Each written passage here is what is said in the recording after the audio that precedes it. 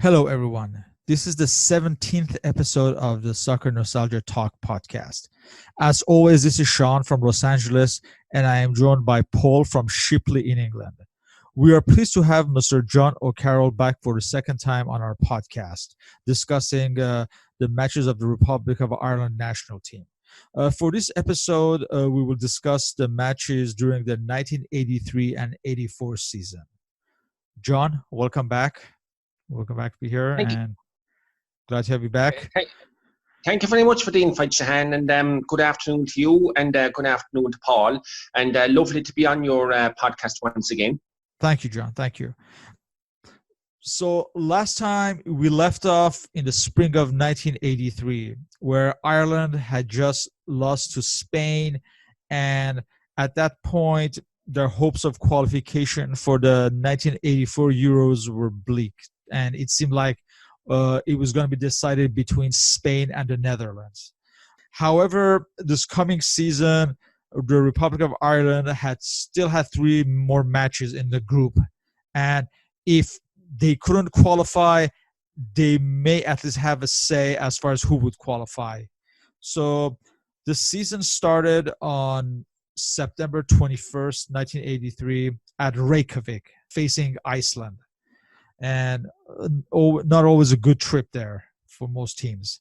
So for that day, Ireland lined up with Seamus McDonough of Bolton, John Devine of Norwich, Mark Lawrence of Liverpool, Kevin Moran, Man United, Chris Hughton, Tottenham, Gary Waddock, QPR, Tony Grealish, captain of the side from Brighton, Liam Brady at Sampdoria, Kevin O'Callaghan, Ipswich, Frank Stapleton, Man United, Michael Robinson of Liverpool, and he would be replaced by Mickey Walsh of Porto in the 76th minute.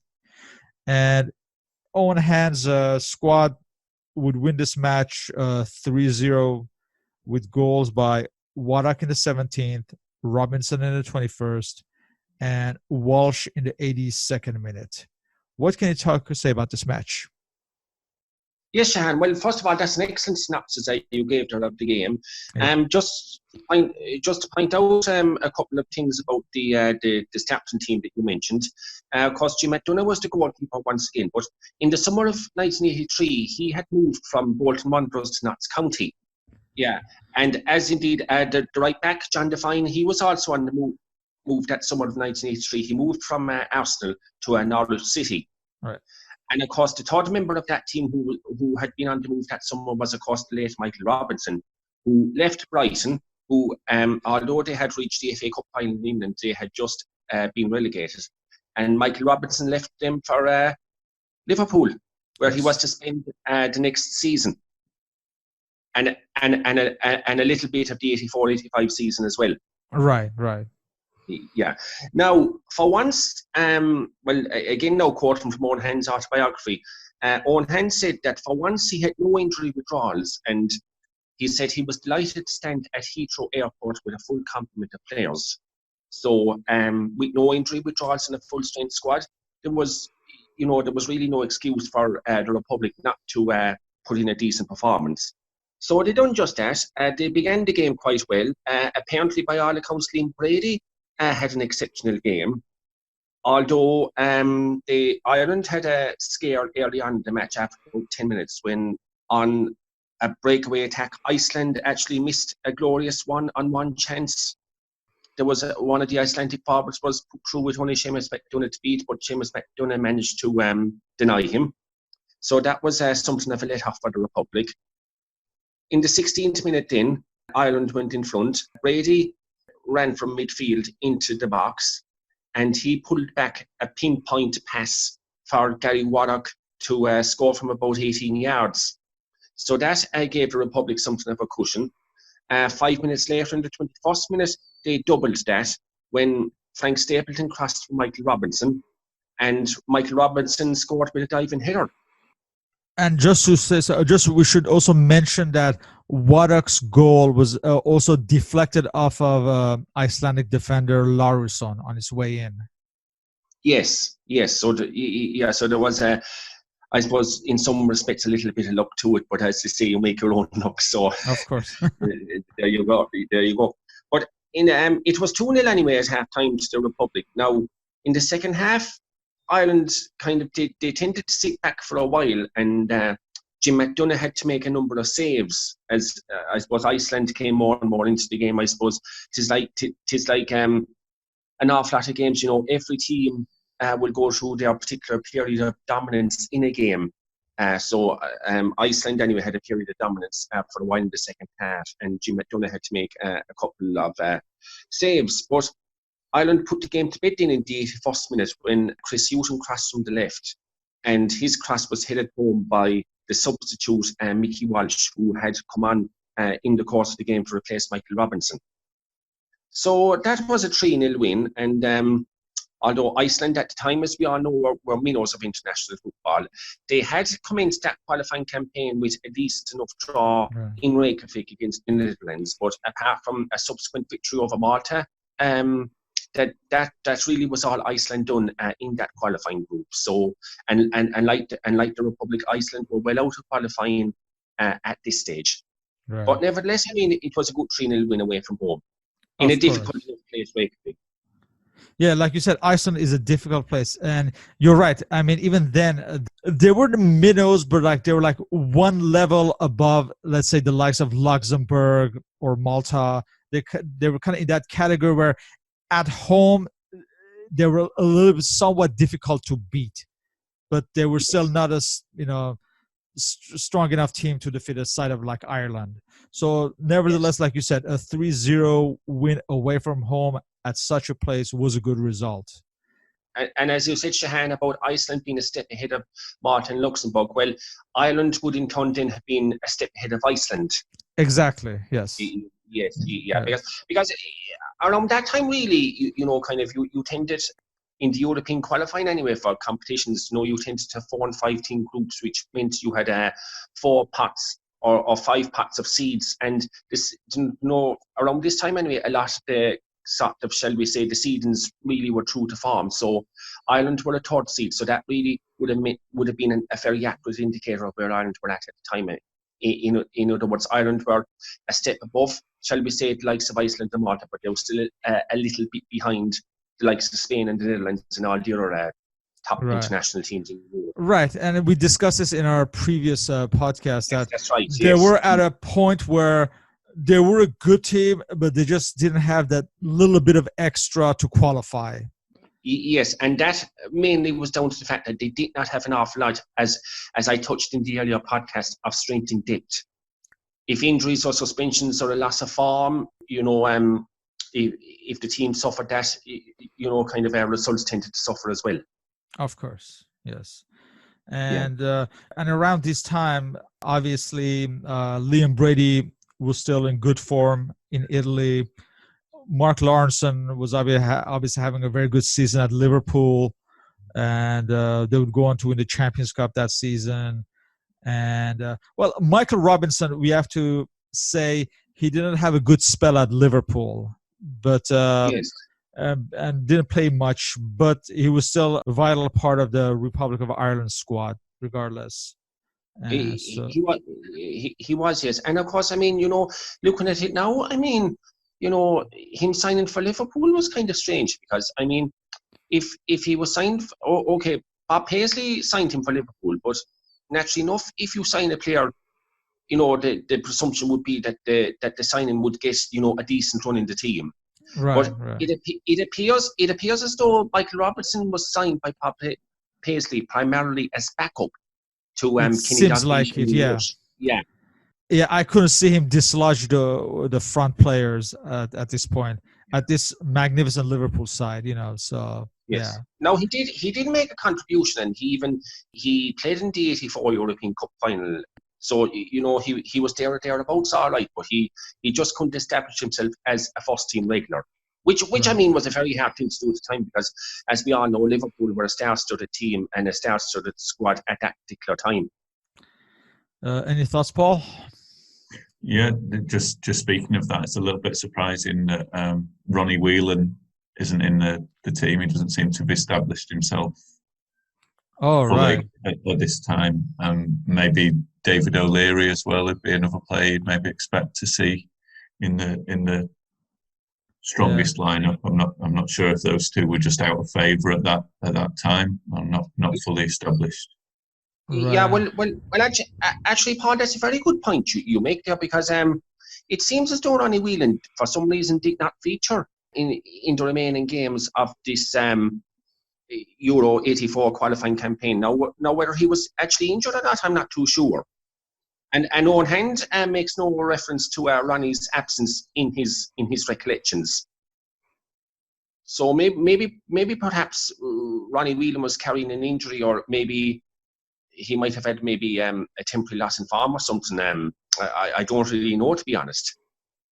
Because, as I said, Yeah. I would have been only 7 years of age when these matches would have been played. So I wouldn't be paying too much notice as to who was playing and who wasn't.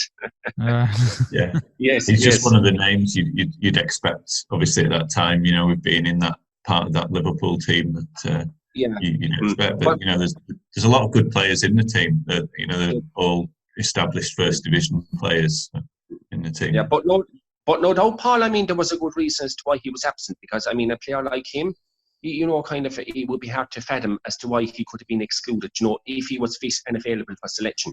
Right. Yeah. And unfortunately, we don't have the unused substitute information for these matches. So it's possible that maybe he was part of the squad but didn't play. Who knows?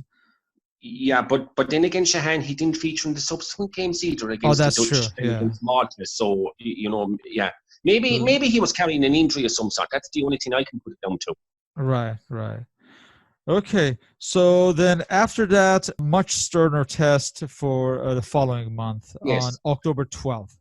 On October 12th, at Dublin's Derrimount Park, they hosted the Netherlands. Last time we discussed, and in fact, just a couple of weeks back on our Netherlands podcast, we briefly touched up on this match and as well as this Dutch side. And basically, the takeaway was that this was a young Dutch side kind of in the making, where you had the likes of Ruud Gullit, Ronald Koeman, and a new international, Marco van Basten, who this will be his third cap in this match, were trying to make their way and build a great side. So for this match, Owen Hand had the following lineup. Seamus McDonough in goal. At this point, it was Notts County. That's right, yes.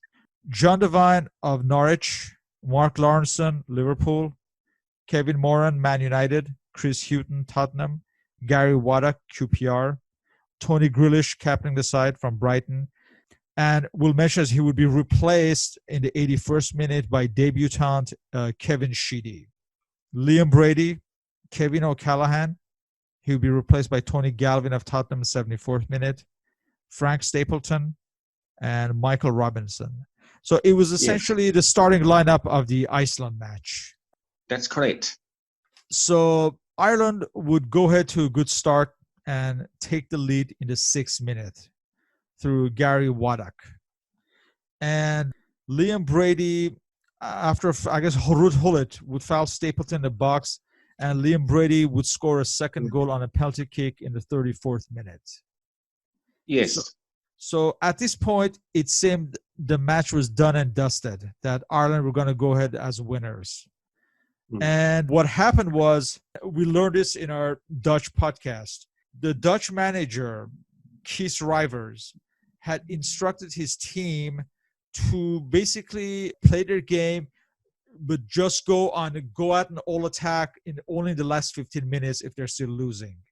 However, during, I guess, the halftime break, Pete Shriver, the goalkeeper, the veteran goalkeeper, and Ruud Gullit, amongst themselves, apparently, they decided that, no, we're just going to go out and attack from the start in the second half. And they went out in the second half, and Gullit himself reduced the deficit in the 51st minute. And we talked about Marco van Basten. Again, this was his third cap. He had only been international that season. He tied the match in the 67th minute.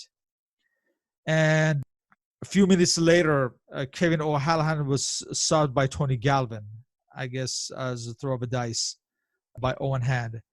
But Hullet again scored Holland's third goal in the 76th minute. And unexpectedly, the Dutch won away from home, I guess, in one of their most memorable matches. And if I could just quickly go through this Dutch squad and some of the names.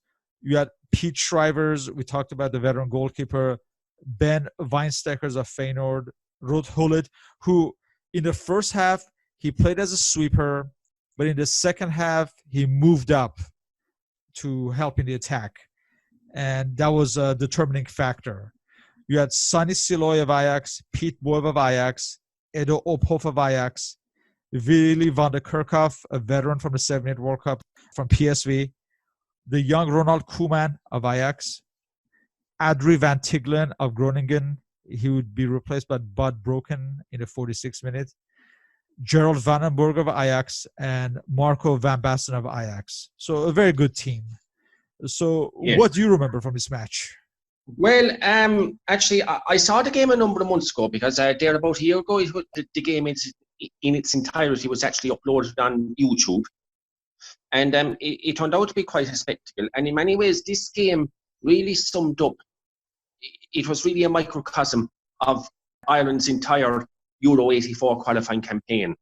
In that, I mean, it was a real Jekyll and Hyde performance. Ireland were great in the first half, and in the second half, for some reason, they were quite abject. But just to recap briefly, if I may, you mentioned, of course, Shahan, about the goals, and in the 7th minute, Ireland went 1-0 up when Tony Grealish, he passed the ball to Frank Stapleton, and Frank Stapleton held the ball up for Waddock, who was running into the box, and Waddock scored from 25 yards. And if you do get to see this game on YouTube, it is quite a watch. You know, and Gary Waddock's goal was quite a good one. Ireland kept pressing, and Stapleton forced a great save from Piet Schrijvers from a header shortly afterwards. And then, as you mentioned, Shahan, in the 35th minute, Ireland were awarded a penalty when Stapleton powered into the penalty area, and he was fouled by Ruud Hullet. Liam Brady scored the subsequent penalty to make it 2-0. And just before half-time, Frank Stapleton hit the crossbar with a shot. So even though the Republic were 2-0 up at that stage, you could really say with some justification they could easily have been 4-0 ahead.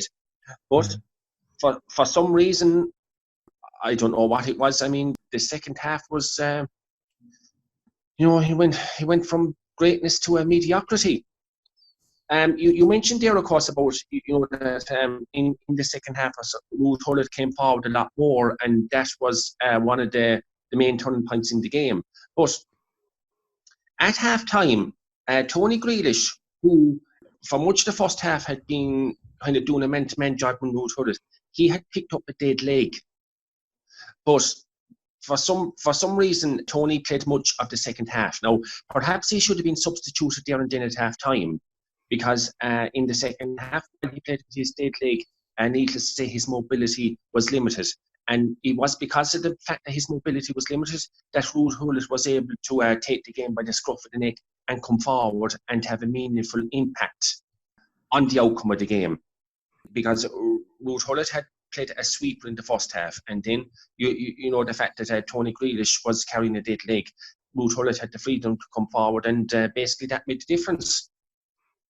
You mentioned in, of course, the Dutch fight back, and they certainly fought back in a big way. Ruud Hullet himself, 7 minutes into the second half, he scored from a rebound after a weak header from Kevin Moran, and this seemed to kind of put Ireland into their shell a little bit in that maybe the fear of losing, or maybe the fear of surrendering a lead maybe crept in. So Ireland tended to retreat after this and go more defensive. And after 67 minutes then, Marco van Basten headed home from a corner to make it 2-2, and he outjumped Gary Waddock. But in actual fact, really, Marco van Basten should be marked by one of the centre halves, either Kevin Moran or Mark Lonson. But who height-wise would have been more or less equal, if not maybe slightly taller than Marco van Basten, because Marco van Basten would have been somewhat taller than Gary Waddock. So it was no surprise that Marco outjumped Gary Waddock for the header. And then after 76 minutes, Ruth Hullett scored again. He went on to a Van Basten pass to shoot across Seamus McDonough. This really held it kind of... I said in the last podcast that after the defeat to Spain in Zaragoza in April 1983, the public opinion began to turn against Owen Hand. Well, after this defeat, public opinion began to turn in a big way. Because, I mean, to be honest about it, I mean, even though the Dutch were a quality side and there's no taking away from that, I mean, when you're playing at home, you really don't lose a 2-0 halftime lead. We should remind everyone, though, that the Dutch really had to win. I mean, their backs were kind of against the wall in almost a dead heat situation with Spain, and they had to win this match. If the points tally was different, the context would have been different. I'm sure probably the Dutch would not have fought as hard. This was a context where they had to win to have any chance of qualifying. Whereas the Irish, as we talked about, it seemed like the die had been cast early on as far as the group. And but like you said, regardless, at home, better performances are required, especially not losing a 2-0 lead. Yeah, absolutely. And Owen Hand actually mentioned in his autobiography that when he was leaving, when he was leaving the sideline to go down the tunnel at half time, a lot of the supporters were showering him with praise, and at the final whistle, the same supporters were showering him with abuse. So it just goes to show how 45 minutes or an hour can change the mood really rapidly. Right. But after this game, anyway, a well-known soccer pundit here in Ireland, Damon Dunphy, he was particularly critical of Owen Hand, and he was also particularly critical of Liam Brady. You know, Liam Brady was showboating around the place a little bit. Although subsequently, Eamon Dunphy said, when he was asked to explain his remarks, he was saying that Liam Brady tried too hard, and maybe that was maybe a flaw in Liam Brady's game.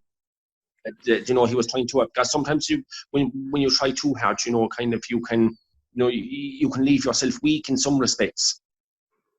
But I mean, it was a very disappointing, and ultimately Ireland had come up short once again against one of the big guns, because I mean the record against the two big guns in that group, Spain and the Netherlands, the 4 matches, the 2 against Spain and the 2 against the Netherlands, they only took 1 point out of 8, and that really in a nutshell summed up Ireland's qualification campaign. Right. And then at the 2 home matches against Spain and the Netherlands, they conceded 3 goals in each of them.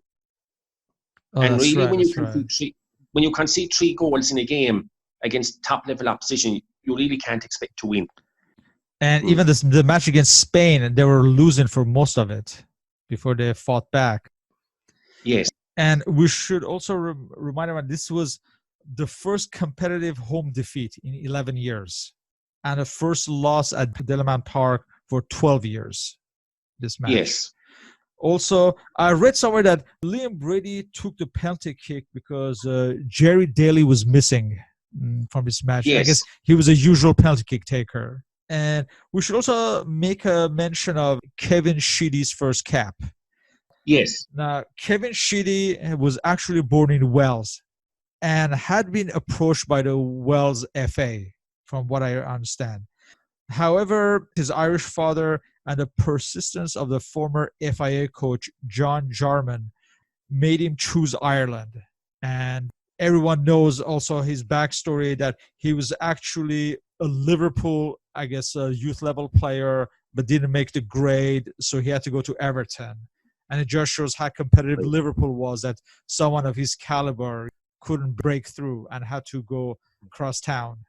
That's right, because actually Shahan, he was in the Liverpool squad in the 80-81 season when they won the European Cup. But he must have made just a handful of appearances, I'm assuming, right?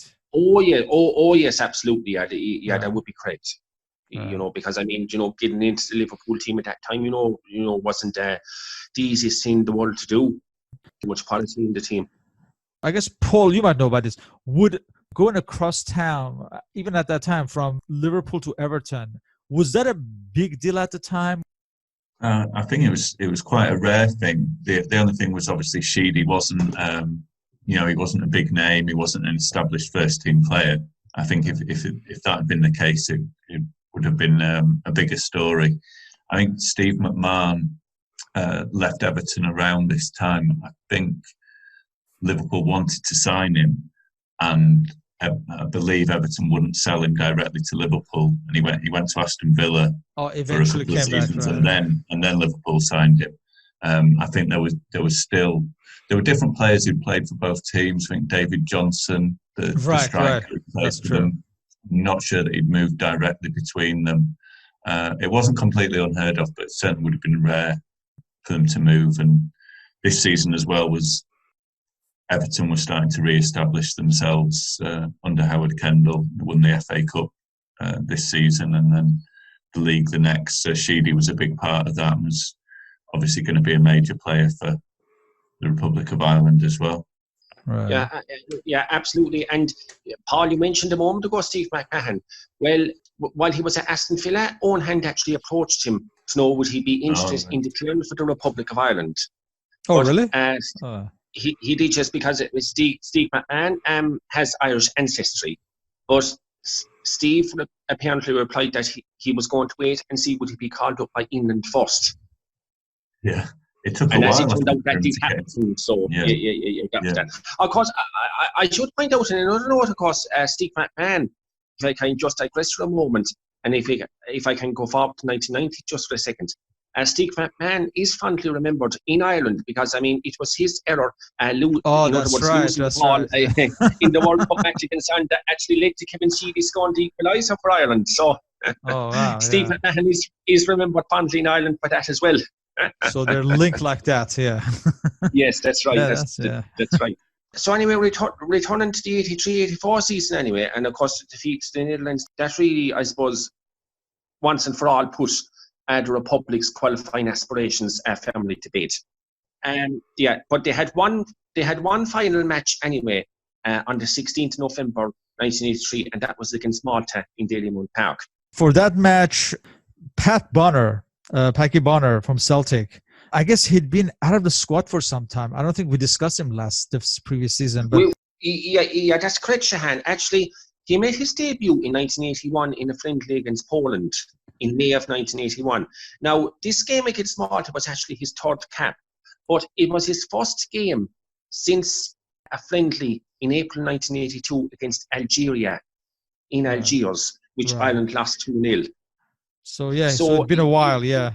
Yeah, because Jim McDonough, as I said in the last programme, tended to be Owen Hand's number one goalkeeping choice.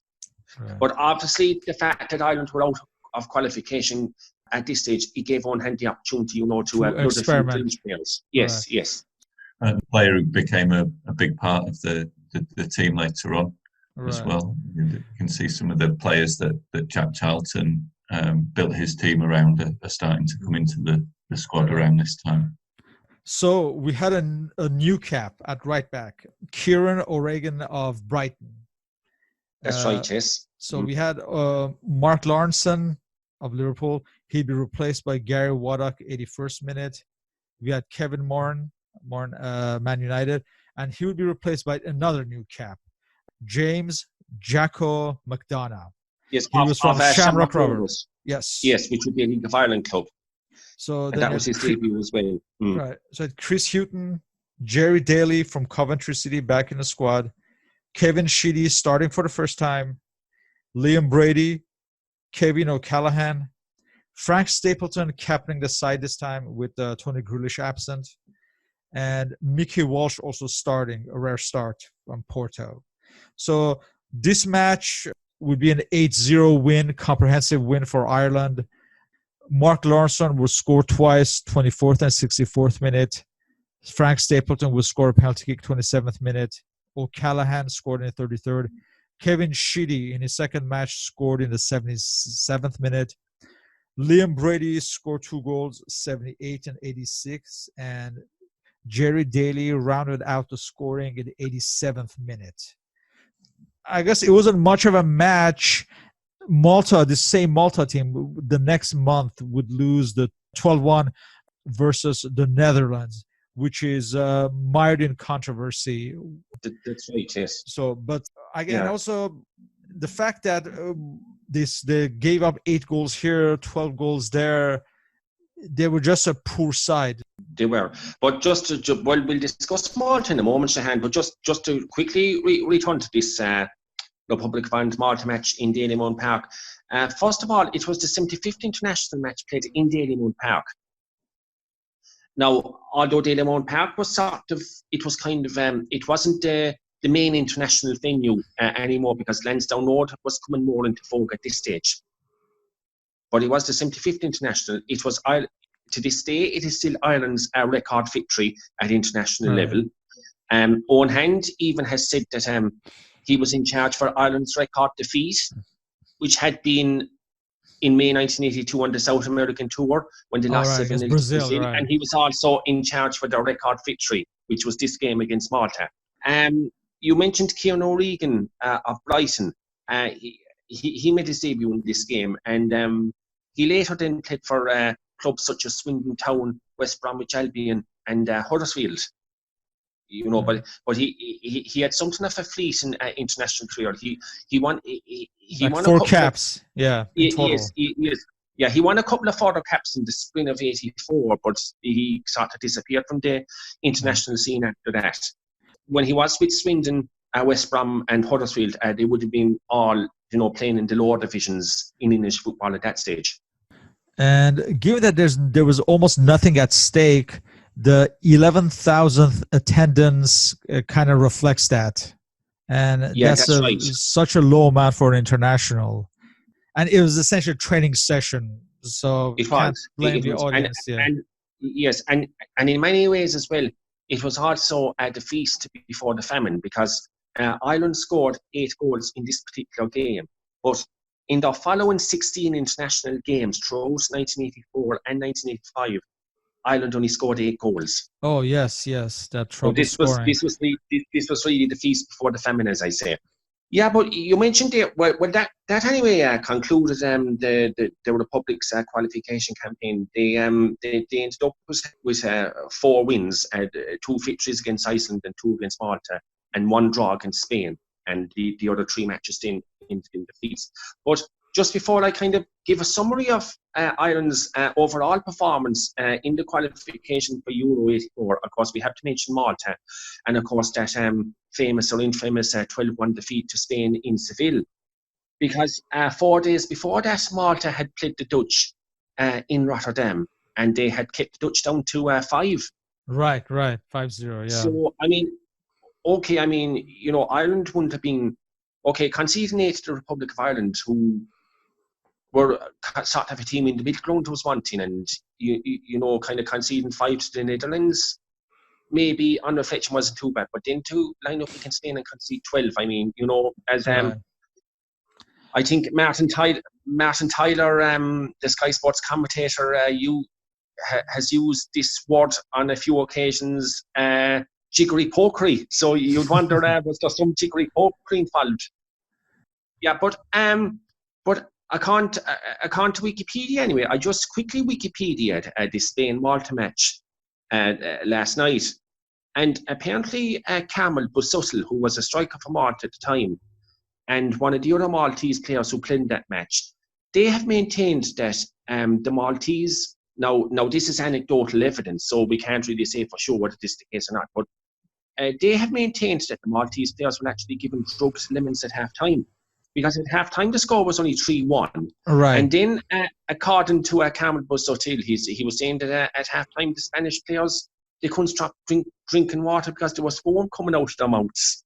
So he was wondering, were they on some kind of performance enhancement? But of course, all these conspiracy theories do abound. But I mean, it was unusual. I mean that no matter how Spain were a top class team, but to score 12 goals and 9 of those in the second half. Yeah, this match is always going to be mired with controversy, however you look at it. It just seems one of those unbelievable results that defies logic, and it'll never die down, I don't think. Yes, and just to quickly conclude on this, even with Spain winning 12-1, the goal difference between Spain and the Netherlands was still level, but Spain had scored 2 more goals.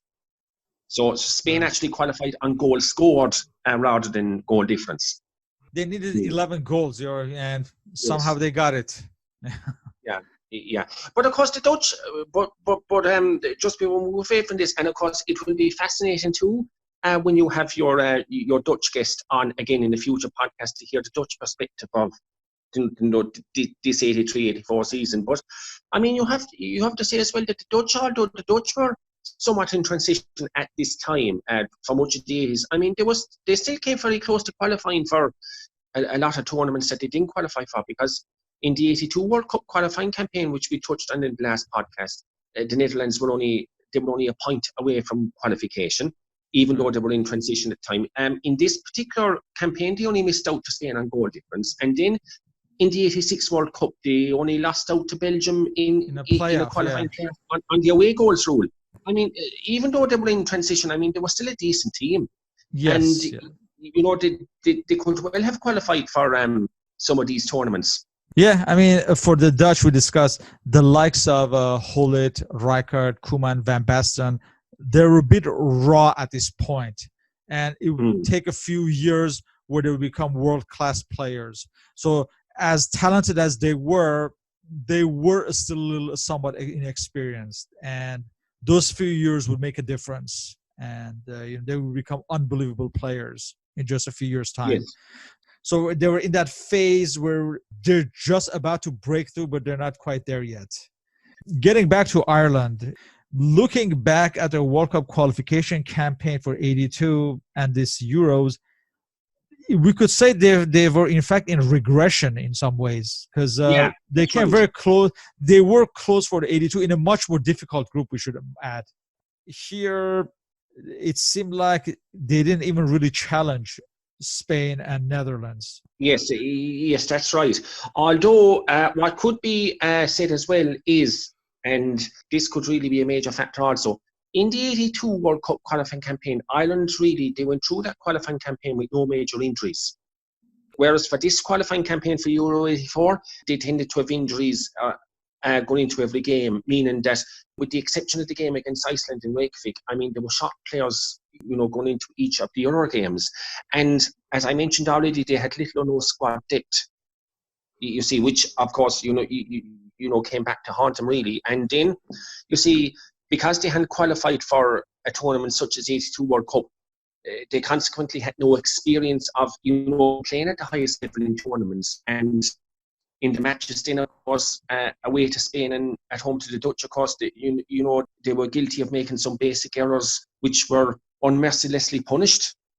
Because Owen Hand's, even though I know now I keep on going back to it, but Owen Hand's autobiography is quite revealing, about this. And what he said in his autobiography when someone up this qualifying campaign was that he was saying that in addition to what I've already said, that good teams will force you to lose your concentration by controlling and keeping possession. They will keep pushing you until a weak spot is found. And once they drag you out of shape, they then strike. So that is to quote Owen Hand's words on it, which is quite accurate in many ways, you see, because, a good team, they can, by controlling and keeping possession, they can just kind of wait and see, will openings arise. And then once the openings arise, they have the skill and the ruthlessness, to punish weaker teams. Now, what Owen did say was that possibly in the away matches that Ireland played, they possibly showed some naivety in that instead of, sort of tending to close out games, and they tended to play dangerously open soccer. Like for example, that Dutch game now in Telemann Park would be a case in point of that. And also the game against Spain in Saragossa, where they held Spain scoreless for the first half, but then early in the second half, there was a mix-up between Jim McDonough and David O'Leary, and Santillana scored, which put Spain in front, and Spain never really looked back after that, which I touched on in my previous podcast. Yeah, so I suppose there was a mix of naivety, a lack of depth, and I suppose really no experience of playing consistently at the highest level. Because I mean, we have to remember that on paper, the Republic of Ireland teams that we've covered in this 83-84 season, on paper, I mean, they looked quite decent. You had a lot of, decent enough players. A lot of good experienced players, in fact. That's right, yes, that's right. That's right. But there was a glimmer of hope, because around this time also, and I mentioned this in the earlier podcast, but I'll just quickly mention it again because it was relevant in what was to come, particularly under the Jack Charlton era. The Republic of Ireland were doing well at youth level under Liam Toohey.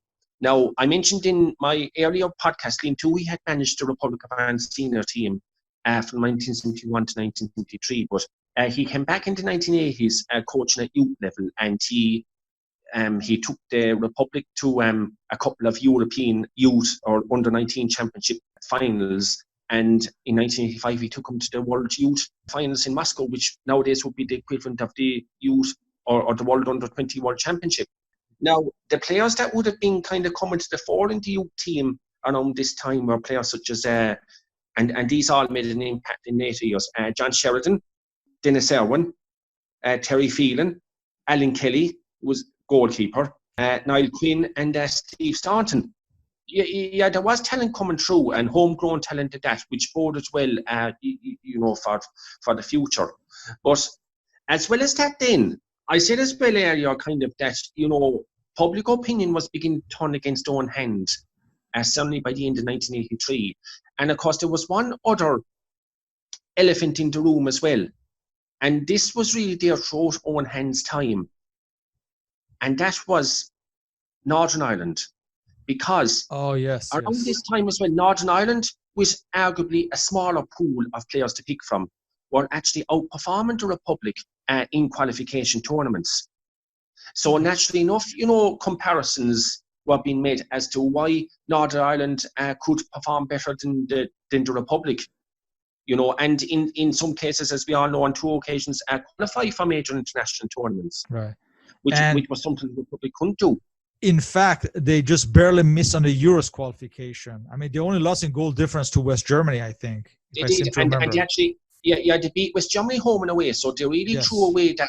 Northern Ireland really threw away that opportunity for qualifying, because I think did they lose in Albania or something? And they lost, I think. Was in Turkey. They lost in Austria. And they may have lost at Turkey. And that really snookered their chances. Right, exactly. So, and of course in those days it was only one to qualify. So right, but they nevertheless won 5 matches in their group, and like you said, home and away against West Germany. I mean, that's an achievement. Yeah. So absolutely. And then of course, we all indulge in wishful thinking from time to time. But another item that has cropped up on these nostalgia forums on numerous occasions is that in the 1980s, if there had been a United Ireland soccer team at international level, how strong would that team have been? It would have been quite powerful indeed. Because, I mean, you take the Northern Ireland team that qualified for the 2 World Cups in 82-86 and factor in the best of the Republic's players into that Northern Ireland team, and you would have had quite a powerful combination.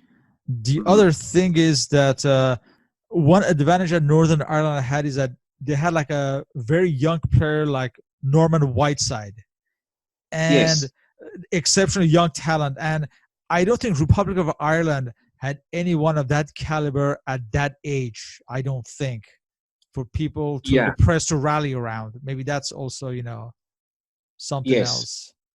Yeah, that's true.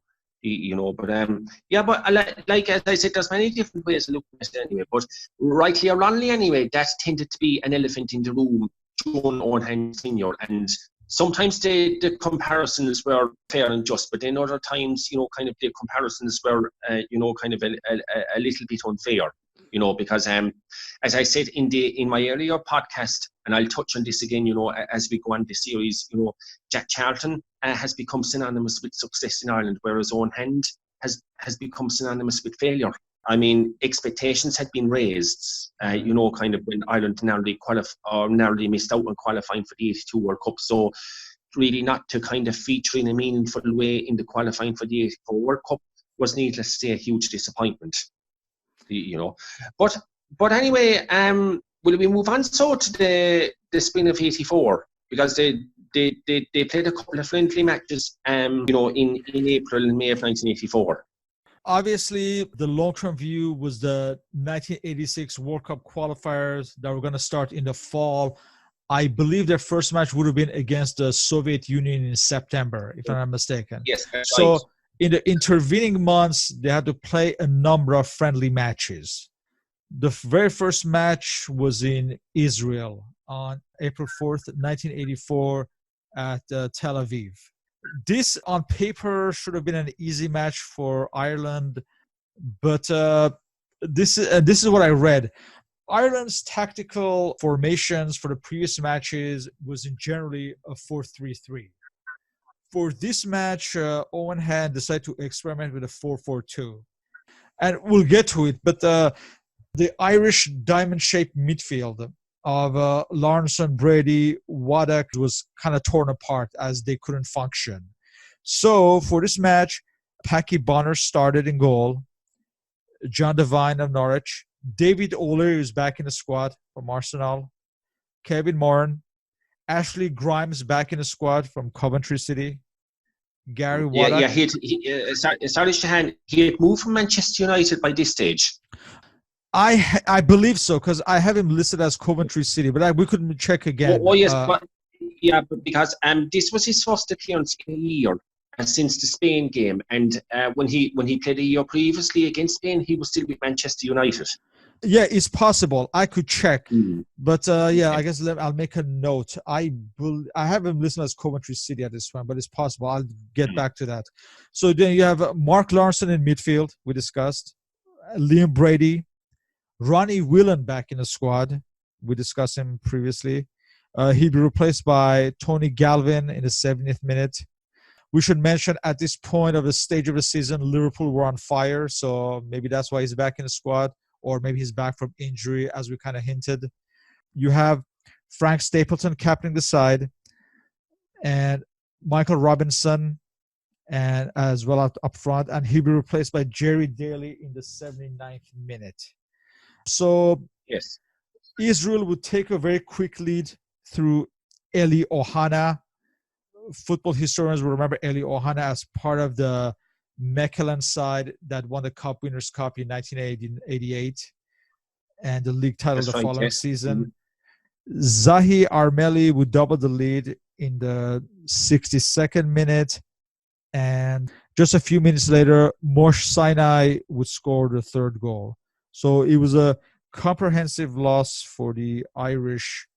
Well, it was an experimental side, and obviously the tactical formation, and I see also a few of the veterans kind of missing as well.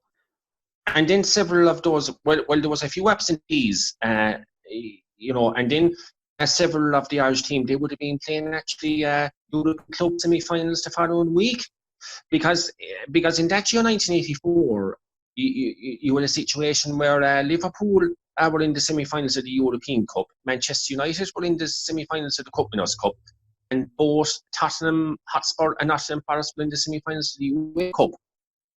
I mean, a lot of those Irish players would have been, playing a lot of European club action as well. And of course, Mickey Walsh of FC Porto, he was an absent in this game, but he actually would have been also involved around this time. They reached the final in the that season, Cup semi-final for FC Porto, yes, when they actually beat Aberdeen in the semi-final and lost the final to Juventus.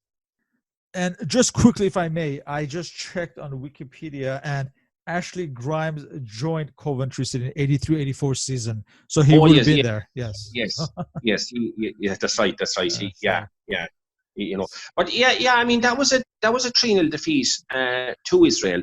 But I suppose really it was really hard because there's actually no footage of this game existing.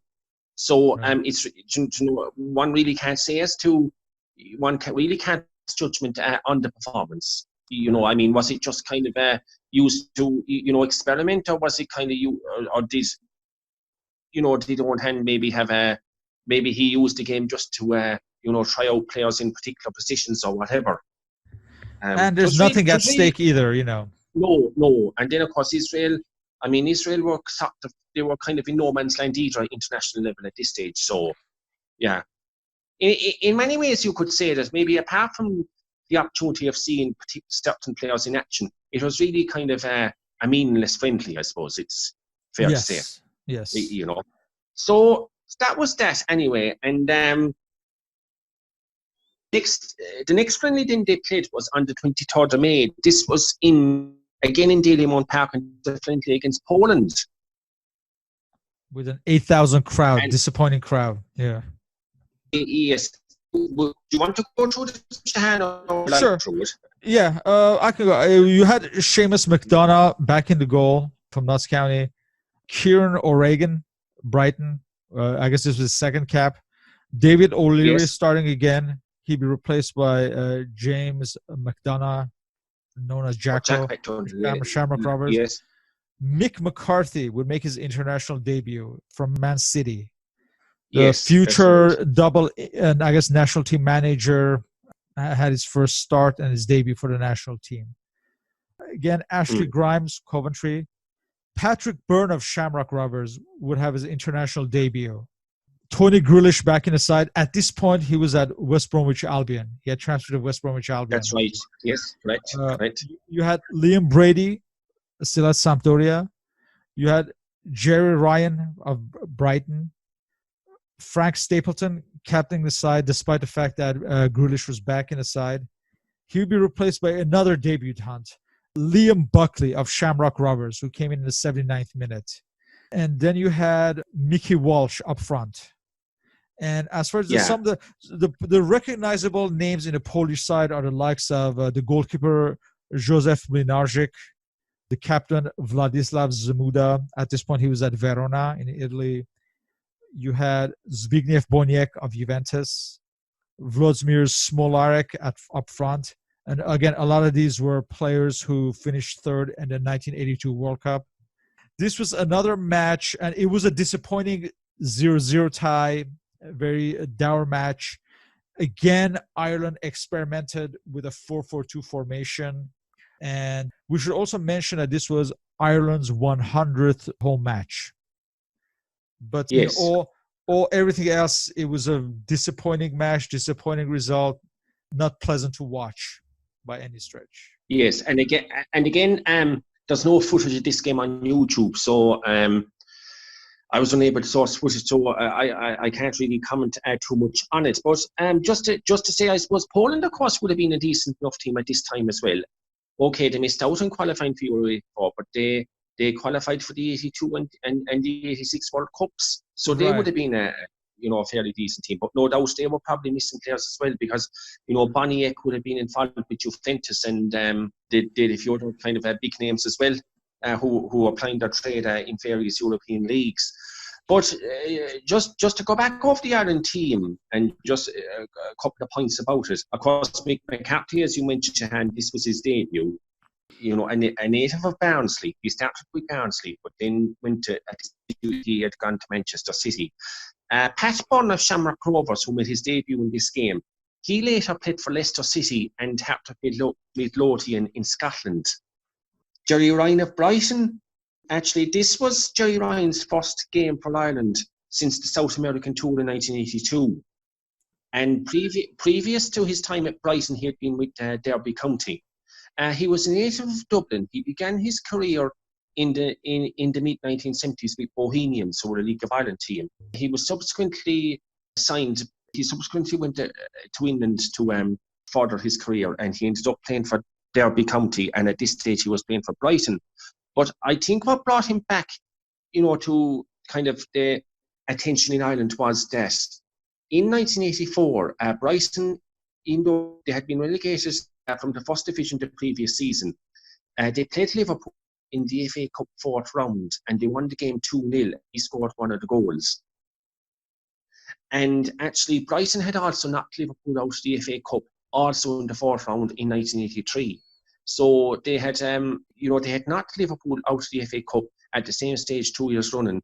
And in the 84 game, Jerry Ryan had a good game against Liverpool by all accounts, scoring one of the goals. So maybe that was what brought him back, maybe what brought him back on Owen's radar. So he ended up playing in this game. Mickey Walsh, that we mentioned, the previous week, he had come on as a substitute for FC Porto in the European Cup Winners' Cup final against Juventus.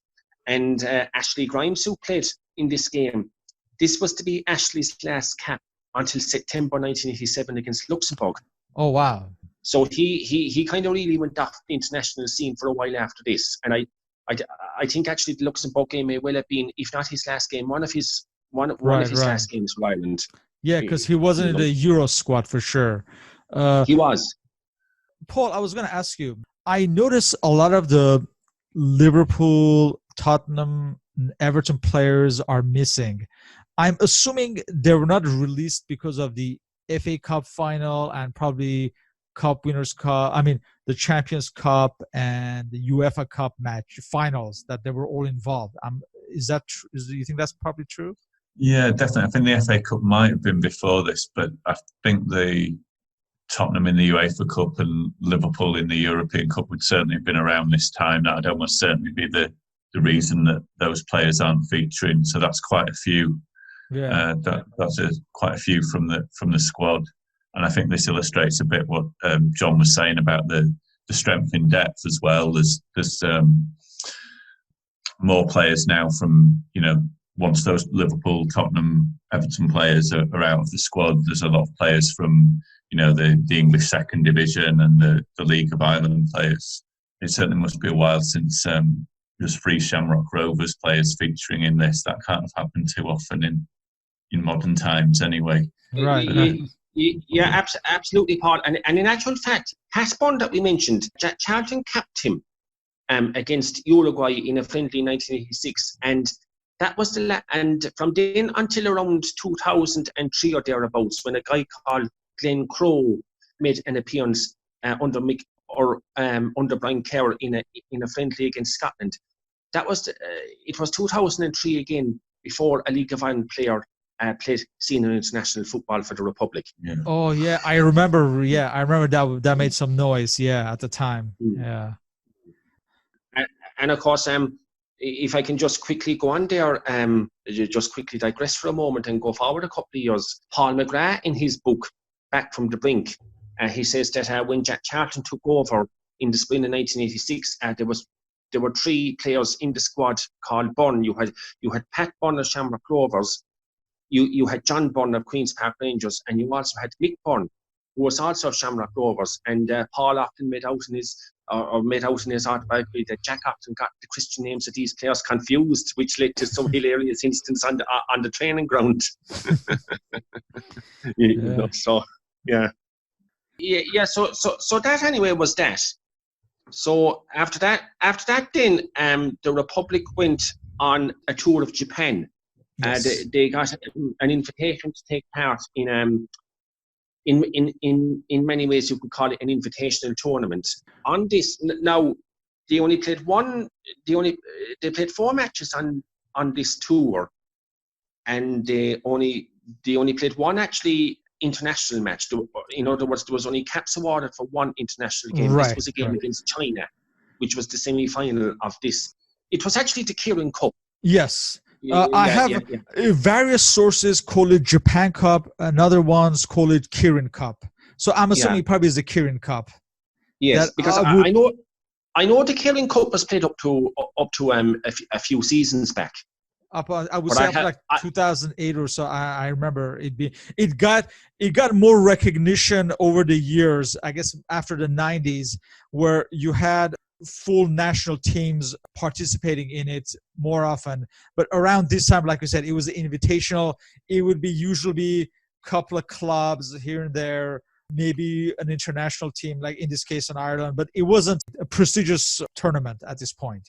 But so like you said, it was an end of season tour friendly where Ireland traveled, and I guess they were playing against, like you said, China. The match against China was the only official match. They also played against Brazilian side, Internacional Porto Alegre. I guess we'll get to that match. But they actually played them twice, as we'll see. Oh, they and did? They also, and they also played the Japan universities. So I guess for the China match, the match against China on June 3rd, you had sorry. This would have been actually a semi-final because there was 2 groups of 3, and Right. the group Ireland were in. They were in a group with Sport Club International of Porto Alegre in Brazil and the Japan Universities, and Right. they drew both those matches 0-0. But the 2-0 draws were enough to take them through in second place because Porto Alegre had beaten the Japan Universities. Yeah, I couldn't find any records against as far as the lineups for the Japan Universities match. And neither could I, Shahan, which would suggest to me that there was no caps awarded. Right. I was able to find someone on Twitter was kind enough to send me the lineup for the Internacional Porto Alegre match. But let's go first through the match against China. Yes. So Pat Bonner started. John Anderson from Newcastle back into the side. I guess Newcastle's promotion helped his prospects, and he was recalled to the national team. And sorry, Shahan, this actually was John Anderson's first game for Ireland since the game in 1982 against Trinidad. Yes. So he was back in the side. He would be in line up to the 1988 Euros, kind of thereabouts of the squad. Yes, that's correct. So David O'Leary started. Mick McCarthy started. Liverpool's Jim Beglin, who was not even a first-teamer, I don't believe at this point. He started. It was his international debut. I'm not sure how many matches had played for Liverpool at this point. Yes, and he also then, by the way, was Bob Paisley's last signing for Liverpool. Oh, he was? Oh, wow. So, so Bob Paisley, of course, resigned in the summer of '83. Right. So he would have signed. Obviously, Jim Beglin would have been signed maybe in the spring, early summer of 1983 from Shamrock Rovers. But I guess he was good enough to be selected for Ireland despite limited opportunities, I would think, at Liverpool. And it was in the 84-85 season that he really made a breakthrough at Liverpool. You know, he really established himself in the team then. I'm assuming he must have played for the Ireland youth side. That's why he was, I guess, seen as a potential international because otherwise, like I said, I don't think he played at Liverpool much around this time. But anyway, Pat Byrne of Shamrock Rovers started. He would be replaced by international debutant Gary Howlett of Brighton in the 55th minute, and this would be his one and only official cap for the Republic. That's right. And actually, Gary Howlett, he played for a plethora of clubs in England. He played in the 1980 FA Cup final against Manchester United. Before Brighton, he had been with Coventry, and after Brighton, he went on to play for Bournemouth, Aldershot, Chester, and York City. And he actually finished his career in the League of Ireland in the 1990s with Shelbourne FC. So that was Gary Howlett. So then we also had Tony Grealish, Jerry Ryan of Brighton, Frank Stapleton, again captaining the side, Mickey Walsh of Porto, and Eamon O'Keefe of Portwell. I guess back into the squad. I'm not sure. Yes. Right. Did he play in the previous season? I don't remember that we discussed. No, he didn't. Actually, this was his second cap. Now, he was to play 5 times in total. Now, he had made his debut in 1981 friendly against Wales in February of 1981, which Ireland lost 3-1 in Dublin. But he had played at underage level for Ireland. And after his international debut against Wales, FIFA actually banned him for playing international football for a period, because in those days you could not play a schoolboy international football for one country and senior international football for another. So he was banned from playing international football from 1981 up to 1983 or so. But the FAI anyway, around about 83 or 84, the FAI appealed this ban, and their appeal was successful. So this cleared Eamon O'Keefe to play, to play for Ireland once again. And he had a plethora of clubs again. He started with Plymouth. He was English born. He started with Plymouth Argyle. He also actually played for Everton, Wigan. At this time, 1984, he was at Port Vale, and he subsequently played for Blackpool, St Patrick's Athletic in the League of Ireland, and Chester City. And actually, I won this game against China 1-0, and it was Eamon O'Keefe who scored the only goal. And this was actually his only international goal in his 5 appearances. Right. He scored in the 57th minute. We should also remind ourselves that Ireland had only played China once in an under-21 match in 1983 that they had won 5-1. And O'Keefe has scored 4 of the goals in that match against the same goalkeeper. That's right. And he was actually 28 at that time. So he had played in that under-21 match as an overage player. So this was Ireland's last official match of the season. But 2 days later, as part of this Kirin Cup, they played Brazilian side International Porto Alegre, and they would lose 2-1 at Tokyo. Yes. So Milton Cruz would score in the 27th minute, and the Uruguayan Ruben Paz in the 50th. Stapleton had given the lead in the 10th minute. First, let me go to the Brazilian side to see if any of the names stand out. Some of the names that stand out for me are, so we have Gilmar Rinaldi, Luis Carlos Vinck, who had a couple of caps around 91, 92. You had Aliozio. Now, Aliozio was one of Johan Cruyff's first signings at Barcelona. He was signed after the 1988 Olympics. He remained at Barcelona for a couple of seasons and then stayed a decade at Porto. So he had a long career in Europe, Aliozio. You had Mauro Galvao, who was famously Brazil's, in quotation marks, sweeper during the 1990 World Cup, a position that he did not play in Brazil. Other players to stand out, Carlos Dunga came in as a second half substitute. You have the Uruguayan international Ruben Paz. Those are some of the names that stand out on this Brazil club side. And Carlos Dunga, we should mention that he would play in that year's Olympics final against France. But getting back to the Ireland squad, you had Seamus McDonough, John Anderson, Mick McCarthy, David O'Leary, Jim Beglin, Gary Howlett starting, second match unofficial, but only played 1 cap for Ireland. You had Tony Grealish. Now, this is something I want to run by you, John. It says that he was replaced by a certain John Walsh. Is that the same Johnny Walsh from Limerick, who was capped against TNT in 1982? It possibly could, yeah. No, again, caps weren't officially awarded. Of course, yeah. For this team, but yes, indeed, it could be because Johnny Walsh, actually, that you mentioned from Limerick, he was capped once against Trinidad in 1982. Right. But it could very well have been him. And actually, if I can just go back, I actually inadvertently omitted to mention this in my previous podcast about that 1982 game against Trinidad. As you know, the results were switched, and Ireland actually, it's recorded officially that Ireland lost that game to Trinidad when several of the players that took part in the game are adamant that Ireland actually won that game. But Johnny Walsh actually told an interesting anecdote after that game, in that when the caps were being awarded subsequently, he actually received a cap with the number 2 on it.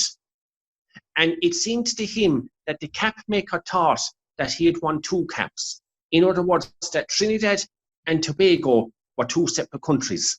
Oh, wow. So he would have got 1 cap against Tobago. So that was kind of unfortunately, that, and I mentioned this in my last program, this was kind of the amateurish setup that, was unfortunately was synonymous with the FAI to a large extent at this point in time. Because obviously the cap maker would have received this information from somebody in the FAI. So maybe the FAI person thought that Trinidad and Tobago were actually 2 separate international teams. So there you go. Wow. Yeah.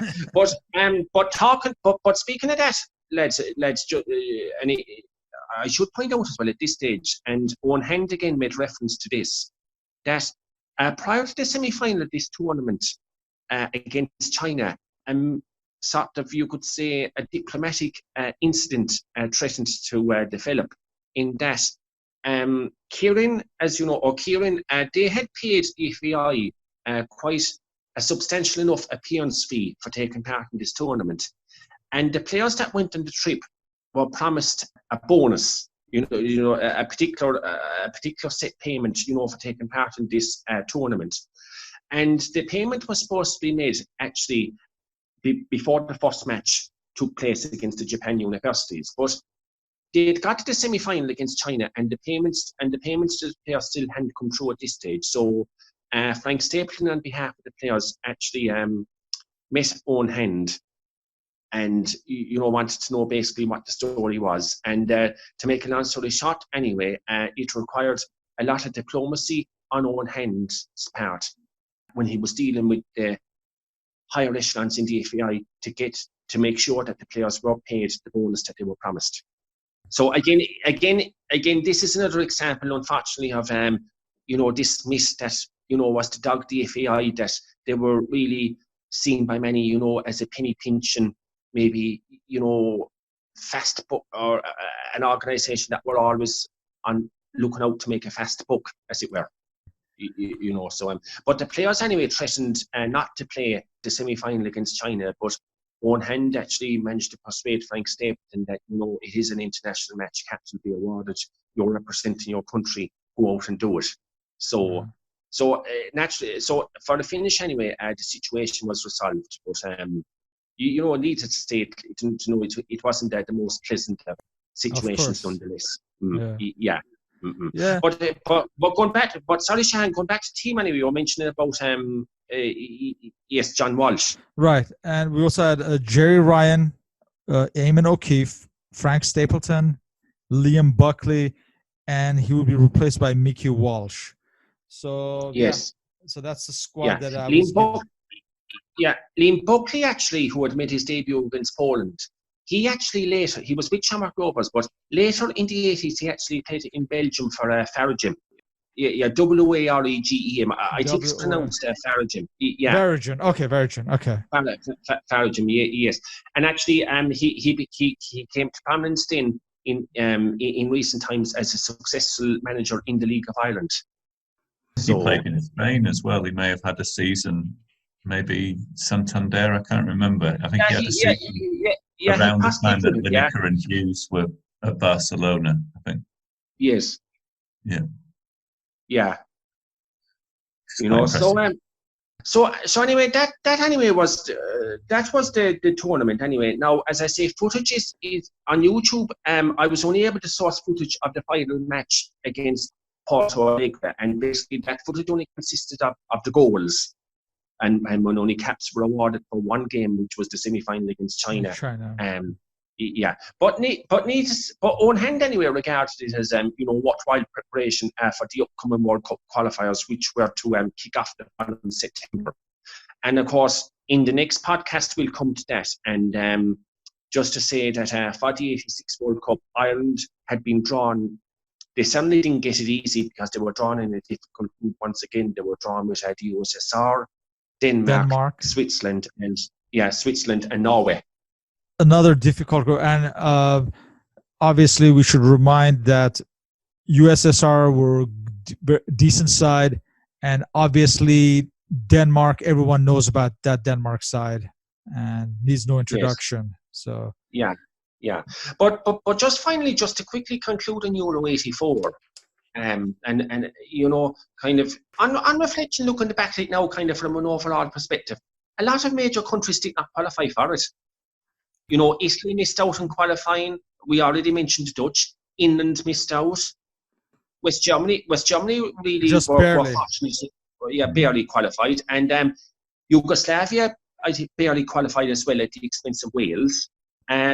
So you had a few big teams. You had a few big teams that missed out, and a couple of others that just were fortunate enough in some respects to qualify for it.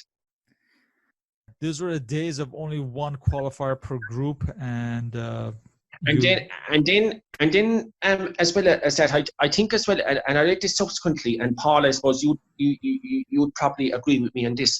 Because of the fact that no English or British teams qualified for Euro '84, only 2 of the final matches in that tournament were actually shown on British television. That's right. Yeah, we've mentioned this before. And they were saying, they were saying that was why only 2 matches were shown. That was that that no British teams had qualified. Yeah, it's hard to imagine now, isn't it? But yeah, it is now.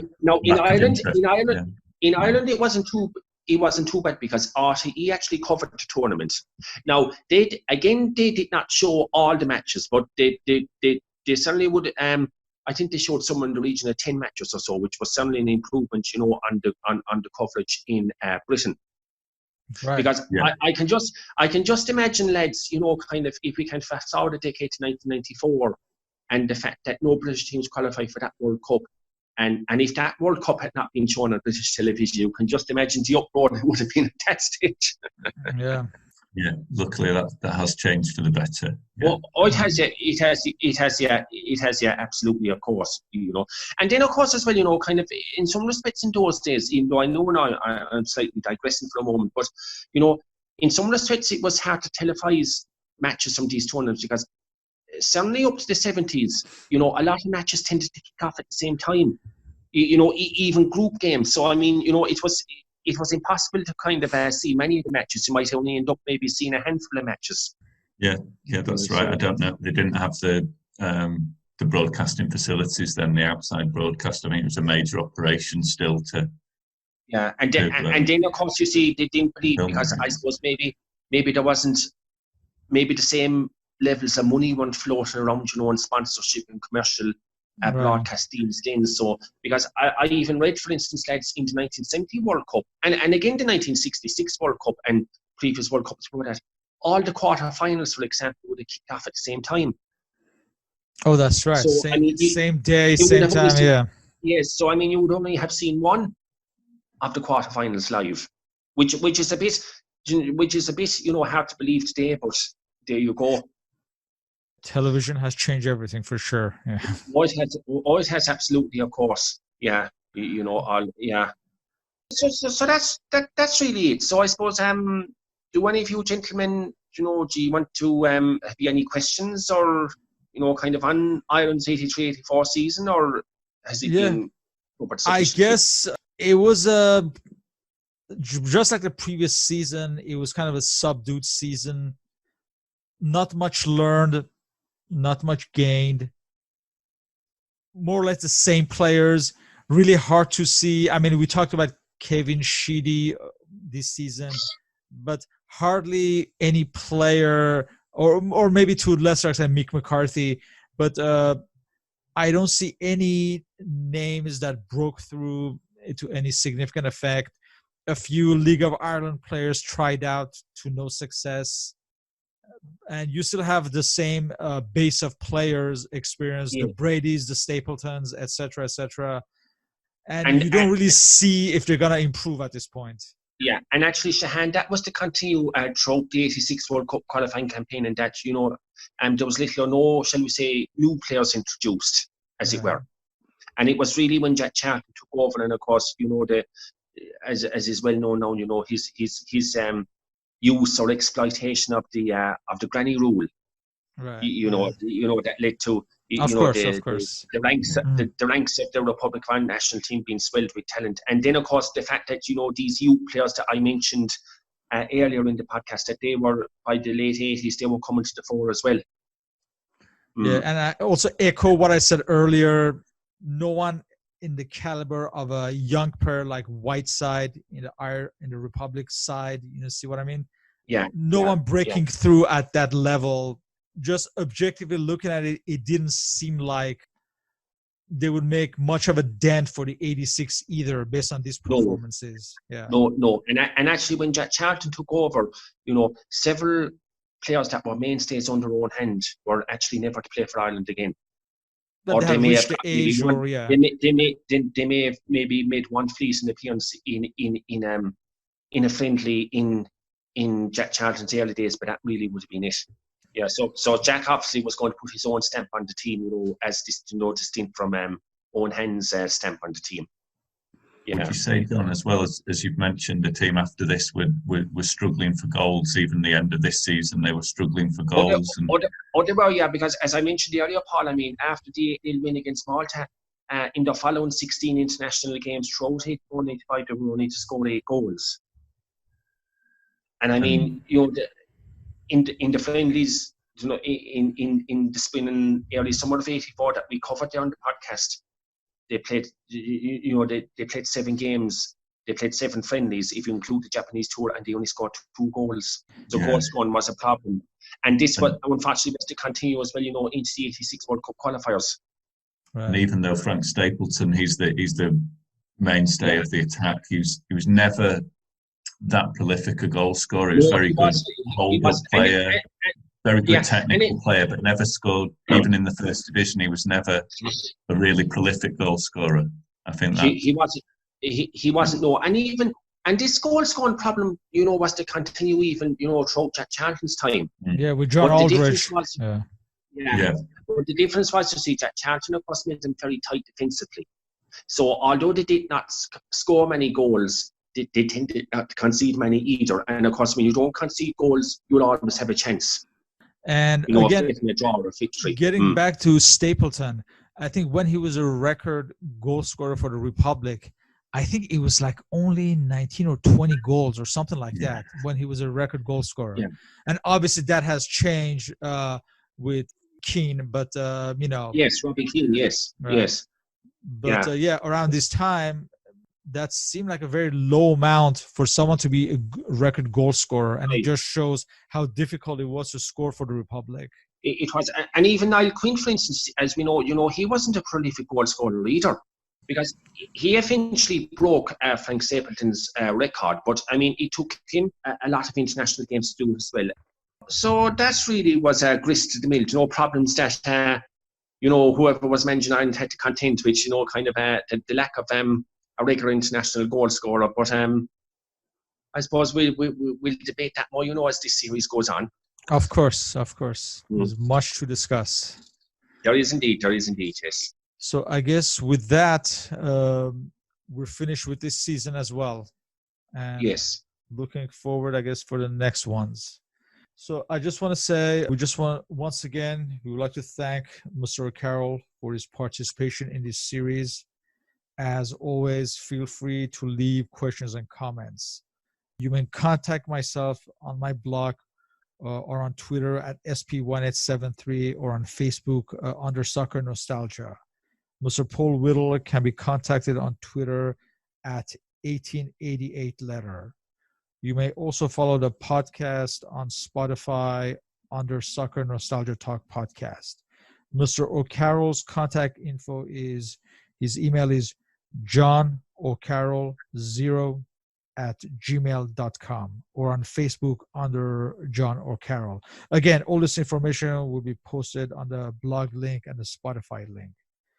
Once again, John, I would like to thank you again for this continuous series, and every season we learn something new.